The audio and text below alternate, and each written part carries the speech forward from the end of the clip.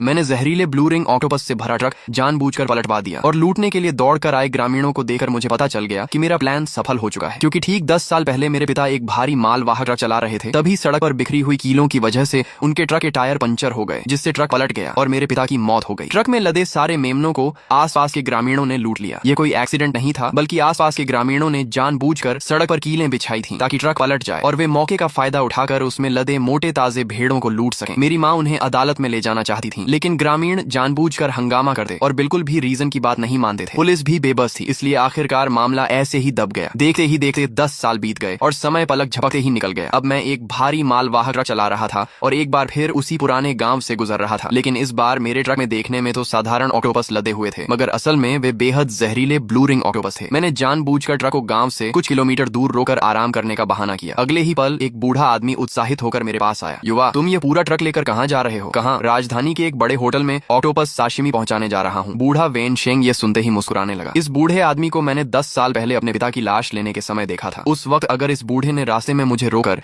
जानबूझकर मेरे पिता को गांव के अंदर जाने के लिए न उकसाया होता तो शायद मेरे पिता के साथ वह हादसा कभी नहीं होता। वह बिना पलक झपकाए मेरे ट्रक में भरे ऑक्टोपस को देखने लगा और उसका चेहरा लगातार और ज्यादा एक्साइटेड होता गया। आगे हाईवे बंद है, मैं तुम्हें नेशनल हाईवे से एक बहुत छोटा रास्ता दिखा सकता हूँ। मेरा घर भी आगे ही है, तुम मुझे रास्ते में थोड़ा आगे छोड़ देना। फिर से एक और बेवकूफ खुद चलकर उनके जाल में फंसने आ गया था। ये पूरा तरीका उसे अच्छी तरह आता था। पिछले 20 सालों से वह इसी तरह के इंसानियत से गिर चुके काम करता आया था और उसके हाथों न जाने कितने ड्राइवरों के परिवार बर्बाद हो चुके थे, लेकिन उसे बिल्कुल नहीं पता था कि इस बार मैं पहले से पूरी तैयारी करके आया था। आने से पहले ही मैंने बाकी पीड़ित परिवारों के साथ मिलकर पूरा प्लान तैयार कर लिया था। इतना ही नहीं, मैंने एक और भारी मालवाहक ट्रक भी बुला लिया था, जो मेरे गांव में प्रवेश करने के बाद शराब से भरा ट्रक लेकर मेरे पीछे पीछे आने वाला था। तो फिर धन्यवाद दादा, जल्दी से गाड़ी में बैठ जाइए। बूढ़ा बहुत फेमिलियर अंदाज में मेरे ट्रक पर चढ़ गया और चुपके से अपना फोन निकालकर एक मैसेज भेज दिया ताकि दूसरे लोग सड़क की तैयारी कर सकें। युवा, तुम जो यह मछली जैसी चीज लेकर जा रहे हो, ये कौन सी स्पीसीज है? इसके शरीर पर नीले नीले सर्कल्स भी हैं, हमने तो कभी नहीं देखे। दादा, यह इम्पोर्टेड स्पीसीज है, राजधानी के बड़े होटल में ऑक्टोपस साशिमी बनाने के लिए स्पेशल ऑर्डर पर भेजी जा रही है। हम जैसे आम लोगों की तो इसे खाने की औकात ही कहाँ है। ओहो, तो यह छोटी सी चीज जरूर बहुत स्वादिष्ट होगी, तभी तो शहर के लोग इतने गोरे और साफ सुथरे दिखते हैं। किसे पता था कि वहाँ ऑक्टोपस भी कच्चा खाया जाता है। बूढ़े के दिमाग में पहले से ही यह तस्वीर घूमने लगी थी कि ट्रक पलटने के बाद माल को कैसे ठिकाने लगाया जाएगा। वह इतना एक्साइटेड था कि उसके चेहरे की खुशी छिपाए नहीं छिप रही थी, लेकिन उसने बिल्कुल ध्यान नहीं दिया कि ट्रक पर पेंट से बड़े बड़े अक्षरों में लिखा हुआ था, खतरनाक उत्पाद, इस्तेमाल करना प्रतिबंधित है। ट्रक जल्द ही गांव के अंदर पहुंच गया। तभी अचानक बूढ़े ने अपना पेट पकड़ लिया और जोर जोर से कराहने लगा। मेरे पेट में थोड़ा दर्द हो रहा है, मुझे नीचे उतार दो, मुझे टॉयलेट जाना है, बाद में मैं खुद वापस आ जाऊंगा। बूढ़े ने पहले ही गांव वालों से गांव के बीच में ट्रैप बिछवा रखे थे। अब वह नीचे उतरने की इतनी रिक्वेस्ट इसलिए कर रहा था क्योंकि उसे डर था कि ट्रक पलटने पर उठने वाली धूल और मलबा उस पर न आ जाए, लेकिन मैं उसे इतनी आसानी से छोड़ने वाला नहीं था। बस गांव के बीच तक पहुंचने वाला हूं, वहीं मैं तुम्हें उतार दूंगा। मैंने ट्रक की स्पीड बढ़ा दी। बूढ़ा तुरंत घबरा गया। अगर मैंने गाड़ी में ही कर दिया तो बहुत बदबू हो जाएगी, तुम्हें गाड़ी वॉश कराने वाला भी नहीं मिलेगा। कोई बात नहीं, हम बड़े ट्रक चलाने वालों ने क्या क्या नहीं देखा है। तुम्हारी सीट के नीचे टेम्पोरेरी टॉयलेट है, मैं भी अक्सर ट्रक में ही इस्तेमाल कर लेता हूँ। मुझे गाड़ी रोकने दो, तुम आगे निकल गए हो, मेरा घर उस तरफ है, जल्दी मुझे नीचे उतारो। बूढ़ा और ज्यादा इम्पेशेंट हो गया। उसने ट्रक में रखा हथौड़ा उठाया और पूरी ताकत से खिड़की के शीशे पर मारना शुरू कर दिया, लेकिन अपनी पूरी ताकत लगाने के बावजूद वह शीशे को जरा भी नुकसान नहीं पहुंचा सका। ये शीशा टूट क्यों नहीं रहा? यह कस्टमाइज्ड बुलेट प्रूफ ग्लास है, मैंने अभी अभी लगवाया है, इसे दोबारा मत तोड़ना वरना नुकसान हो जाएगा। गांव पहुंचते ही मैं तुम्हें नीचे उतार दूंगा, प्लीज मुझे जल्दी नीचे उतार दो। मैं अभी सिर्फ 79 साल का हूँ, मैंने अभी अपनी जिंदगी पूरी तरह जी भी नहीं है। तुम मुझे क्यों नहीं रोक रहे? दादा, चिंता मत करो, मेरी ड्राइविंग बहुत अच्छी है, मैंने आगे लोगों से पहले ही कुछ तैयारी करवा रखी है। जब ट्रक पलटेगा तो हम दोनों मर जाएंगे। तुमने यह बात अब क्यों बताई? तभी अचानक ट्रक गांव वालों द्वारा जमा किए गए मिट्टी के एक बड़े ढेर से जा टकराया। ट्रक के आगे के पहिए हवा में उड़ गए और तैयार की गई कीलों पर जा गिरे। उसी पल ट्रक का कंट्रोल बिगड़ गया और वह बाईं तरफ झुकने लगा। मैंने स्टीयरिंग घुमाने और ब्रेक लगाने की पूरी कोशिश की, लेकिन कुछ भी काम नहीं आया। ट्रक सीधा बगल की दुकानों से जा टकराया। उसी पल मुझे लगा जैसे मेरे शरीर के अंदर के सारे अंग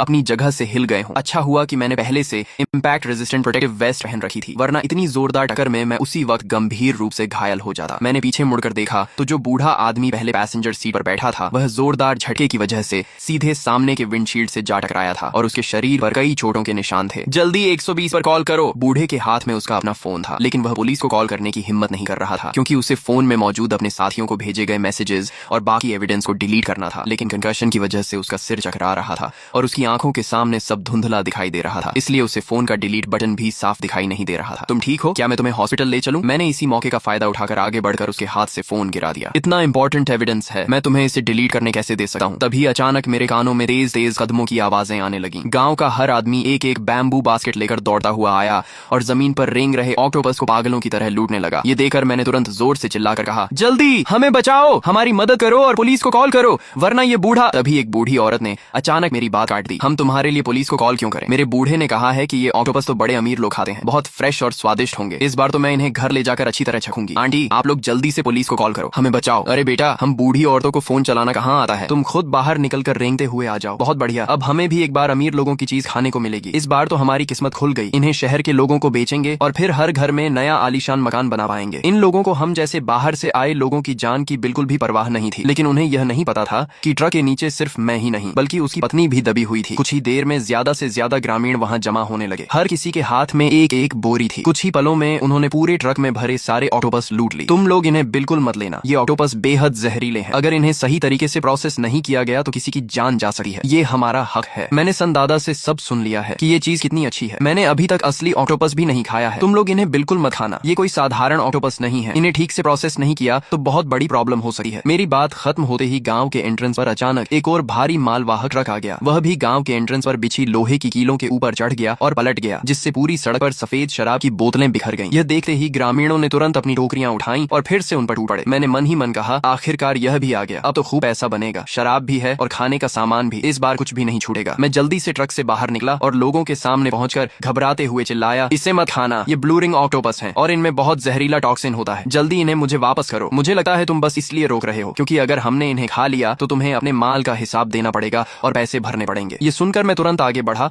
और बैम्बू बास्केट में रखे ऑक्टोपस को छीनने की कोशिश की, लेकिन उसने मुझे जोर से धक्का देकर जमीन पर गिरा दिया। तुम अभी भी इसे छीनने की कोशिश कर रहे हो, संभल कर, कहीं मैं जमीन पर लेटकर तुमसे पैसे न ऐंठ लूं। किसने कहा कि ये ऑक्टोपस जहरीले हैं? देखने में तो कितने बढ़िया लग रहे हैं, तभी तो शहर के लोग इन्हें इतना पसंद करते हैं। दादा, आप लोग इन्हें बिल्कुल मत खाना और शराब भी मत पीना। इस ब्लू रिंग ऑक्टोपस में पहले से ही बहुत जहरीला टॉक्सिन होता है और ऊपर से अगर अल्कोहल भी शरीर में चला गया तो भगवान भी इलाज नहीं कर पाएगा। बूढ़े ने ठंडी हंसी हंसी और बिना किसी डर के ऑक्टोपस और सफेद शराब दोनों अपने हाथ में उठा ली। तुम मुझे इतना कर्ज क्यों कर रहे हो? मुझसे झूठ बोलकर कह रहे हो कि इसमें जहर है? अभी मैं इसे खाकर दिखाता हूँ। इतना कहते ही बूढ़े ने बिना किसी हेजिटेशन के ऑक्टोपस को अपने मुंह में डाल लिया और उसके बाद एक घूंट शराब भी पी ली। देखा, मुझे कुछ नहीं हुआ, अब भी झूठ बोलोगे? अगले ही पल बूढ़ा जमीन पर गिर पड़ा और जोर जोर से कांपने लगा। पूरा माहौल देखकर वहाँ मौजूद सभी लोग डर गए और अपने हाथों में पकड़ी चीजें जमीन पर फेंक दी। तभी भीड़ में से अचानक एक बूढ़ी औरत भागती हुई आई और बूढ़े के पास जाकर उसके मुंह में एक गोली डाल दी। बूढ़ा घर से निकलते समय फिर अपनी मेडिसिन खाना भूल गया था। इसे तब तक चैन नहीं मिलता जब तक इसे ऐसे दौरे न पड़ जाएं। बूढ़े का चेहरा धीरे धीरे नॉर्मल होने लगा और वह जमीन से उठ खड़ा हुआ। किसने कहा कि इस मछली में जहर है? ये तो बहुत बढ़िया है, मुझे तो लगा था ये मुझे मार ही देगी। मैंने पहले ही कहा था कि इस मछली में जहर नहीं हो सकता। इसे मैं अपने बूढ़े के लिए घर ले जाऊंगी, शराब के साथ खाने के काम आएगी। मैंने आगे कुछ नहीं कहा। अभी हुई टक्कर की वजह से मेरा सिर बुरी तरह घूम रहा था और मुझे धीरे धीरे पता ही नहीं चला कि मैं बेहोश हो गया। मेरा टास्क पूरा हो चुका था। अब आगे सब कुछ ली भाई पर डिपेंड करता था। ली भाई के माता पिता दोनों की मौत हो चुकी थी और वह अपने मामा की मदद से किसी तरह 18 साल की उम्र तक बड़ा हुआ था। लेकिन 3 साल पहले उसका मामा ट्रक लेकर चूशेंग गांव आया था और उसका ट्रक भी पलट गया था। ट्रक में मौजूद सारा माल ग्रामीणों ने लूट लिया था और उसका मामा तब से कोमा जैसी अवस्था में था। इतने सालों बाद आखिरकार हमें यह मौका मिला था। इतने लंबे समय तक इन लालची ग्रामीणों के साथ रहना बेकार नहीं गया था। पिछले 2 सालों से जब से मैं गांव का डेप्यूटी विलेज चीफ बना था, मैं लगातार चूशेंग गांव की सड़कें और स्ट्रीट लाइट्स बनवा रहा था। मैंने हर स्ट्रीट लाइट में सर्वेलेंस कैमरास लगवा दिए थे। मेरा मकसद सिर्फ एक था, सबूत इकट्ठा करना और तुम जैसे इन घटिया लोगों को कानून के हवाले करना। ली भाई सर्वेलेंस फुटेज में उन ग्रामीणों को देख रहा था जो लूटे गए माल पर टूट पड़े थे। उसने उनके लालची चेहरों को कैमरा में रिकॉर्ड कर लिया था और ह्यूमैनिटेरियन बेसिस पर लाउड स्पीकर से वार्निंग भी दी, सभी ग्रामीण कानून का पालन करें और माल की लूट न करें। जो लोग माल उठा चुके हैं वे उसका इस्तेमाल न करें और तुरंत वापस कर दें। इस तरह की रूटीन अनाउंसमेंट्स वह 1 साल से भी ज्यादा समय से करता आ रहा था, लेकिन हर बार उसकी बात का ग्रामीणों पर कोई असर नहीं होता था। लालच ने उनकी सोच पर पर्दा डाल दिया था और वे उसकी बात सुनने को तैयार ही नहीं थे। सन आंटी भरपूर सुअर का मांस लेकर खुशी खुशी गाना गुनगुनाती हुई घर वापस लौटी। दरवाजा बंद देखकर उसने आदतन आवाज लगाई, बूढ़े दरवाजा खोलो। घर के अंदर कुछ पल के लिए बिल्कुल शांति छा गई। कोई जवाब नहीं आया। ये बूढ़ा आखिर गया कहाँ? सिर्फ बड़े ट्रक को रास्ता दिखाने गया था, अभी तक वापस क्यों नहीं आया? कहीं फिर किसी के घर जाकर कार्ड्स तो नहीं खेलने बैठ गया? सन आंटी ने खुद ही दरवाजा खोला और खुशी खुशी लाए हुए सामान में से ऑक्टोपस निकालकर पानी के टैंक में डाल दिए। इन एक्सपेंसिव चीजों में से आधा बेचूंगी और आधा घर में रखूंगी। बाद में इससे जो पैसे मिलेंगे उनसे घर का बड़ा रेनोवेशन करवा लूंगी। चूशेंग गांव बहुत ही आइसोलेटेड जगह पर था। वहाँ रेयरली मछली देखने को मिलती थी, ऑक्टोपस तो दूर की बात थी। रात में जब सन आंटी खाना बना रही थी तो उसने 2 ऑक्टोपस काटे, लेकिन उन्हें काटने के बाद उसने देखा कि उसकी उंगली की स्किन कट गई थी और उसमें हल्का हल्का खून और नीला पड़ता हुआ निशान दिखाई दे रहा था। समुद्र से आया ये माल ही असली पैसा है। अभी मैंने ध्यान नहीं दिया और इसने मुझे ही काट लिया। सन आंटी ने अपनी उंगली को देखा और फिर सीधे किचन में जाकर ऑक्टोपस को बिना ज्यादा सोचे एक साथ बर्तन में डालकर पकाने लगी। बर्तन में उबलते हुए ऑक्टोपस को देखकर वह सोचने लगी, ये चीज इतनी महंगी है, आज रात मेरे पोते को खूब खिलाऊंगी। बच्चे अभी ग्रोथ की एज में हैं, उन्हें अच्छी तरह न्यूट्रिशन देना चाहिए। जब डिनर टेबल पर खाना लगाया गया तो सन आंटी के बेटे ने मेज पर रखे स्वादिष्ट दिखने वाले स्ट्यू किए हुए ऑक्टोपस को देखकर तुरंत एक बाइट लिया। अगले ही पल उसकी भौहें सिकुड़ गईं और उसने कहा, माँ तुमने कौन सी मछली बनाई है, इसका टेस्ट इतना फ्रेश है, मुझे क्या पता आज फिर एक बड़ा ट्रक पलट गया था। ये सब तुम्हारे पिता का लाया हुआ माल है, कैसा है, टेस्टी है ना। सन आंटी का बेटा यूनिवर्सिटी में पढ़ चुका था और उसका मुख्य सब्जेक्ट एनिमल साइंस था। वह शक के साथ किचन में गया और पानी के टैंक में झांकर देखा। उसकी आंखें अचानक बड़ी हो गईं। ये तो ब्लू रिंग ऑक्टोपस है, मुझे नहीं पता था कि तुम्हें इसे प्रोसेस करना भी आता है। इसमें इतनी मेहनत करने की क्या जरूरत है। मैंने इसे काटा और सीधा बर्तन में डालकर पका दिया। ये सुनते ही सन आंटी का बेटा डर के मारे जमीन पर गिर पड़ा। माँ, इसे अगर सही तरीके से प्रोसेस नहीं किया गया तो इसमें बहुत जहरीला टॉक्सिन होता है, मुझे जल्दी हॉस्पिटल ले चलो। सन आंटी को अंदाजा ही नहीं था कि मामला इतना सीरियस है। वह तुरंत बाहर भागी और एक गाड़ी बुलाकर अपने बेटे को प्रोविंशियल हॉस्पिटल ले जाने की सोचने लगी। झांगमेंग में, क्या तुम घर पर हो? मेरे बेटे ने वह मछली खा ली और उसे पॉइजनिंग हो गई है, जल्दी गाड़ी निकालो और मेरे बेटे को प्रोविंशियल हॉस्पिटल ले चलो। सन आंटी अंदर गई तो उसने देखा कि झांगमेंग की डाइनिंग टेबल पर भी एक बड़ा और मोटा ऑक्टोपस रखा हुआ था। तुम जिस मछली की बात कर रही हो, कहीं वो यही तो नहीं है? तभी सन आंटी ने ध्यान दिया कि झांगमेंग का चेहरा सिर्फ सफेद ही नहीं पड़ गया था, बल्कि उसके होंठ भी टॉक्सिन की वजह से सूज चुके थे। गया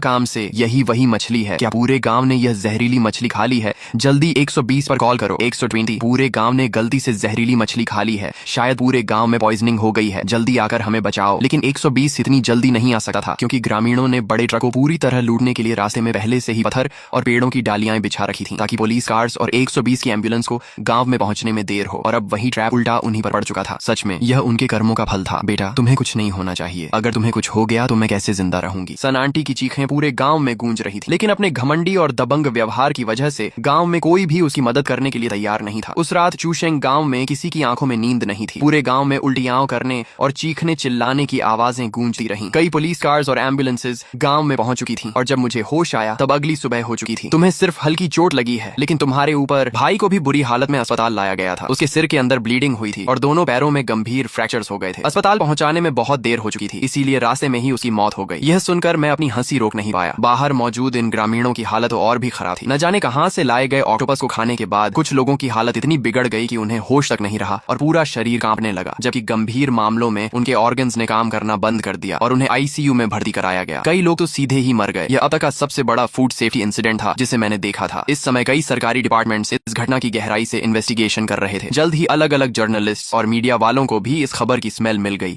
और वे एक साथ चूशेंग गांव पहुंच गए। उन्होंने अपने कैमरास और माइक्रोफोन्स गांव के सभी ऑफिशियल्स की तरफ कर दिए। अब जल्दी से किसी को भेजकर उस बड़े ट्रक के पलटने के सबूत मिटवाने होंगे। साथ ही इन जर्नलिस्ट को भी संभालने के लिए किसी को ढूंढना होगा। आखिर करें तो करें क्या? गांव का मुखिया अपना दिमाग लगाता रहा, लेकिन उसे कोई सोल्यूशन नहीं सूझा। तभी अचानक गांव के अंदर भयंकर आग की लपटें उठने लगी। पता नहीं किसने इतनी बड़ी आग लगा दी थी। ग्रामीण पहले से ही कमजोर हालत में थे और ऊपर से इस आग ने स्थिति और खराब कर दी, जिससे बहुत से लोग घायल हो गए। हे भगवान, हे धरती माता, आखिर कौन सी फरिश्ता जैसी बहन ने मेरी तरफ से यह बदला लिया है? ऑक्टोपस और शराब को एक साथ जलाने का आइडिया तो सेटन भी नहीं सोच सकता था। ये सोचकर मैं अपनी हंसी रोक नहीं पाया। तभी अचानक वार्ड का दरवाजा खुला और एक पुलिस ऑफिसर मेरे सामने आ गया। नमस्ते, हमें आपसे रूटीन स्टेटमेंट लेनी है। आप लोग पूछिए, मैं पूरी तरह कोऑपरेट करूंगा। हमारी इन्वेस्टिगेशन में सामने आया है कि आपको ओरिजिनली ये रूट लेना ही नहीं था। फिर घटना के समय आपने अचानक रूट क्यों बदल दिया? क्या आपने जानबूझकर ऐसा किया था? यह सब पैसेंजर सीट पर बैठे उस दादा की वजह से हुआ। उसने कहा था कि हाईवे बंद है और इस रास्ते से जल्दी पहुंच जाऊंगा। उसने मुझसे यह भी कहा था कि रास्ते में उसे उसके घर तक छोड़ दूं। वैसे क्या आपको मेरा फोन मिला? मुझे अपनी डेली लाइफ रिकॉर्ड करने की आदत है, इसलिए दादा के ट्रक में बैठते ही मैंने अपने फोन का रिकॉर्डिंग फंक्शन ऑन कर दिया था। घटना के दौरान जो कुछ हुआ सब उसमें रिकॉर्ड हुआ होगा। आपका फोन हमें मिल गया है। उसका बाहरी कवर थोड़ा डैमेज हुआ है और उसमें कुछ पानी भी चला गया था। हमारी टेक्निकल टीम उसके अंदर का डेटा रिकवर करने की कोशिश कर रही है। अच्छा है, लेकिन कहीं ऐसा ना हो कि आप लोग मुझे गलत समझें और दादा को छोड़ दें। हम पूरी इन्वेस्टिगेशन करेंगे और किसी भी सस्पेक्ट को नहीं छोड़ेंगे। क्या आपको उस दादा का फोन मिला? तभी मुझे याद आया कि वह बूढ़ा आदमी ट्रक में बैठने के बाद से लगातार अपने फोन के साथ कुछ न कुछ कर रहा था, जैसे किसी को इन्फॉर्मेशन दे रहा हो। यही इस केस की सबसे इंपॉर्टेंट कड़ी थी। हमारे लोगों ने अभी फोन किया है। उन्होंने बताया कि दादा के फोन में कुछ ऐसे मैसेजेस मिले हैं